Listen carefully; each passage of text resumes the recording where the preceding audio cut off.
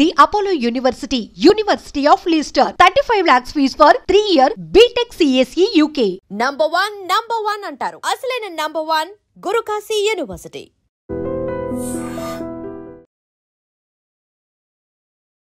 ఇందిరమ్మ ఇల్లు ఇది ప్రభుత్వం చాలా ప్రతిష్టాత్మకంగా తీసుకున్నటువంటి పథకం. ఎందుకంటే నియోజకవర్గానికి 3500 ఇళ్ల చొప్పున మేము నిర్మించి ఇవ్వబోతున్నాం మా హయాంలో అన్నటువంటి మాట కన్సర్న్ మంత్రి ఎవరైతే ఉన్నారో పొంగులేటి శ్రీనివాస్ రెడ్డి అనౌన్స్ చేసినటువంటి పరిస్థితి. అట్లాగే ఆ రోజే ఎప్పుడైతే ఈ స్కీమ్ ని అనౌన్స్మెంట్ చేశారో ఆ రోజు నుంచి కూడా ఆఫీసర్స్ కి క్లియర్ కట్ ఇన్స్ట్రక్షన్స్ కూడా ఇస్తున్నారు.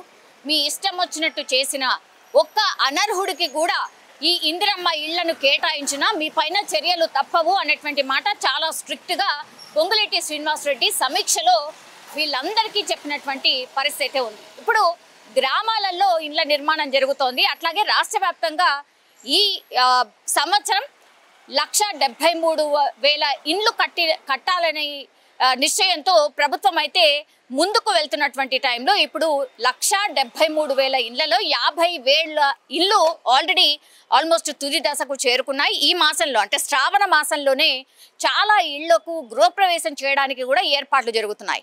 ఈ టైంలో ఇప్పుడు మళ్ళీ ఇంకోసారి సర్వే చేయాలి అనే నిశ్చయానికి ప్రభుత్వం ఎందుకు వచ్చిందంటే కొంతమంది అనర్హులకు కూడా ఈ ఇల్లు కేటాయించబడ్డాయి.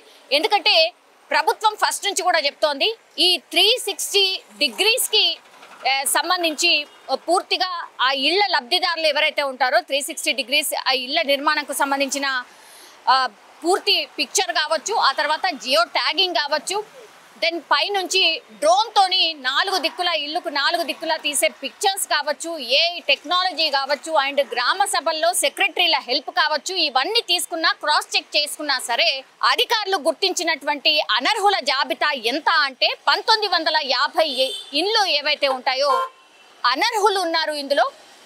పూర్తిగా ఇప్పుడు ప్రభుత్వం చేపడుతున్నటువంటి ఇళ్ల సంఖ్య టోటల్గా 5,000 ఆల్మోస్ట్ నిర్మాణం పూర్తయిపోయి రెడీగా ఉన్నాయి. 8,000 ఇళ్ళు తుది దశకు చేరుకున్నాయి. అంటే 8 + 5,000 ఇళ్ళు ఎంత అంటే 13,000 ఇళ్ళు ఆల్మోస్ట్ గృహప్రవేశానికి సిద్ధంగా ఉన్నాయి. శ్రావణ మాసంలోనే గృహప్రవేశానికి అందరు కూడా సీఎంతో పాటుగా మంత్రులందరూ కూడా హాజరై గృహప్రవేశాలు చేయించడానికి ఏర్పాట్లు జరుగుతున్నటువంటి టైంలో చాలా కంప్లైంట్స్ కూడా వచ్చాయి. ఇప్పుడు ఎవరైతే ఈ గ్రామ సభల్లో ఉన్నటువంటి కార్యదర్శులు సెక్రటరీలు ఎవరైతే ఉంటారో వీళ్ళు కొంతమంది అనర్హులకు కూడా ఇల్లు కేటాయించే రకంగా కొంత సహకరించారు. వాళ్ళ జాబితాను ఒకసారి గుర్తించండి, సర్వే చేయండి అని కలెక్టర్లకు ఆదేశించినటువంటి పరిస్థితి. దీంతో కలెక్టర్స్ పూర్తిగా మళ్ళోసారి గ్రౌండ్ లెవెల్లో పూర్తి స్థాయిలో సర్వే చేసినప్పుడు 1950 మంది అనర్హులుగా గుర్తించారు. ఎందుకంటే ఎవరైతే నిరుపేదలు ఉన్నారో అంటే జాగా ఉండి నిరుపేద కుటుంబం ఒక్క పైసా కూడా పెట్టి ఇల్లు నిర్మాణం స్టార్ట్ చేయలేనటువంటి సిచ్యువేషన్లో ఉన్న వాళ్ళకే మొదటి విడతగా ఇళ్లను కేటాయించాలని ప్రభుత్వం డిసైడ్ అయింది. అందులో భాగంగానే వాళ్ళు కట్టుకున్న కొద్దిగా బిల్స్ శాంక్షన్ అవుతున్నటువంటి పరిస్థితి. అలాంటిది జాగా ఉండి ఆల్రెడీ 1950 మంది ఎవరైతే అనర్హులుగా గుర్తించబడ్డారో వాళ్ళు ఆల్రెడీ ఇల్లు బేస్మెంట్ వరకు పూర్తి చేసి ఇందిరమ్మ ఇల్లు ఎట్లాగూ వస్తాయి కదా అన్న నిశ్చయంతో వాళ్ళు ఇళ్ల నిర్మాణం స్టార్ట్ చేశారు. సో బిల్స్ శాంక్షన్ కాలేదు, అట్లాగే వాళ్ళకు ఎక్కడ కూడా ఇల్లు వస్తుంది అనేది కూడా భరోసా లేకుండా ఎట్లా స్టార్ట్ చేశారు, అసలు అఫీషియల్గా వాళ్ళ పేర్లు కూడా లిస్టులో లేకుండా ఎట్లా స్టార్ట్ చేశారు అని పూర్తిగా సర్వేలో తేలిన తర్వాత ఇప్పుడు ఆ 1950 మంది ఎవరైతే ఉన్నారో వాళ్ళందరినీ కూడా జాబితా నుంచి తొలగించి మళ్ళీ ఆ 1950 మందిని కొత్తగా ఈ స్కీమ్లో చేర్చినట్టుగా అధికారులు చెప్తున్నటువంటి సిచ్యువేషన్ అయితే కనిపిస్తోంది.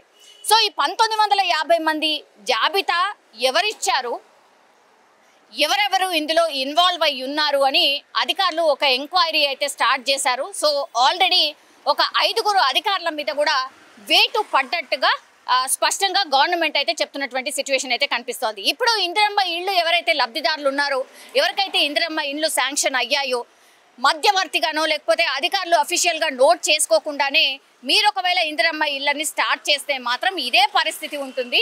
ఖచ్చితంగా మళ్ళీ ఇంకోసారి సర్వే చేస్తారు.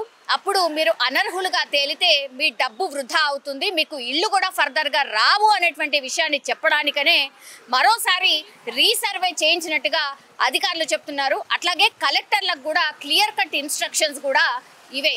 ఎవరైతే నిజమైన లబ్ధిదారులు ఉన్నారో, ఎవరికైతే ఇళ్ళు లేవో వాళ్లకు ప్రయారిటీ వైజ్గా ఫస్ట్ వాళ్ళకే శాంక్షన్ చేయాల్సిందిగా ఇప్పుడు అధికారికంగా అధికారులకు చెప్పినటువంటి విషయం. సో ఒక్కసారిగా ఈ 1950 మంది ఎవరైతే అర్హులు ఎవరైతే కారో వాళ్ళకు కూడా ఇండ్లు శాంక్షన్ కావడంతో పూర్తిగా దీనిపైన మళ్ళీ ఇంకోసారి ఎంక్వైరీ వేయాల్సిందిగా పొంగులేటి శ్రీనివాసరెడ్డి స్ట్రిక్ట్గా ఆదేశాలు ఇవ్వడం, ఆ తర్వాత హుటాహుట్న అధికారులు కూడా రంగంలోకి దిగి వాటన్నిటిని రెక్టిఫై అంటే ఆ 1950 మంది అనర్హులు ఎవరైతే ఉన్నారో వాళ్ళని తొలగించి అర్హులు ఎవరైతే ఉన్నారో వాళ్ళను కొత్తగా జాబితాలో చేర్చడం జరిగింది. దీంతో లబ్ధిదారులు కూడా చాలా సంతోషాన్ని వ్యక్తం చేశారు. బికాస్ గవర్నమెంట్ ఇంత స్ట్రిక్ట్గా ఉంటే కానీ ఎవరైతే అనర్హులు ఉంటారో వాళ్ళకు ఒక్క ఇల్లు కూడా అవదు, ఎవరికైతే కావాలో వాళ్ళకి లబ్ధి చేకూరుతున్నట్టు అవుతుంది అనేటువంటి మాట ఈవెన్ లబ్ధిదారులు కూడా చెప్తున్నటువంటి అంశం. సో ఒక రకంగా గవర్నమెంట్కి సంబంధించి కూడా చాలామంది హ్యాపీగా ఫీల్ అవుతున్నారు. ఇట్లా అన్ని పథకాల్లో కూడా క్రాస్ చెక్ చేస్తే ఎవరైతే అనర్హులు ఉంటారో వాళ్ళందరినీ తొలగించి అర్హులకే అన్ని పథకాలు అందే అవకాశం ఉంటుంది అని చాలామంది అభిప్రాయపడుతున్న సిచ్యువేషన్ అయితే కనిపిస్తోంది. సో ఇప్పుడు శ్రావణ మాసంలో గృహప్రవేశాలకి ఆల్మోస్ట్ ప్రభుత్వం సిద్ధమైపోతుంది. 12,000 రాష్ట్ర వ్యాప్తంగా ఉన్నటువంటి 12,000 ఇళ్ల గృహప్రవేశాలు శ్రావణ మాసంలో జరిగేందుకు అన్ని ఏర్పాట్లు కూడా ప్రభుత్వం చేస్తున్నట్టుగా మనకైతే కనిపిస్తుంది. నిజంగా ప్రస్తుతం ఉన్నటువంటి సమాజం దేనికి ప్రయారిటీ ఇస్తుంది? ఆర్థిక సంబంధాల చుట్టూ మాత్రమే తిరుగుతుంది. మళ్ళీ ఎన్నికలంగానే చాలా విరక్తి కలుగుతాం. మంచి అనిపిస్తుంది కదా, లేడీస్ కూడా ఛాలెంజింగ్ జాబ్స్ చేసినప్పుడు చాలా బాగుంటది. ట్రాఫిక్ అసిస్టెంట్స్ గా నియమించిన ట్రాన్స్జెండర్స్ అందరితో సాల్యూట్ చేయించుకుంటున్నారు. ఫుడ్ డెలివరీ ఇవ్వటానికి వెళ్ళినటువంటి డెలివరీ బాయ్ అనిల్ పై కళ్ళ ముందు పెళ్ళండి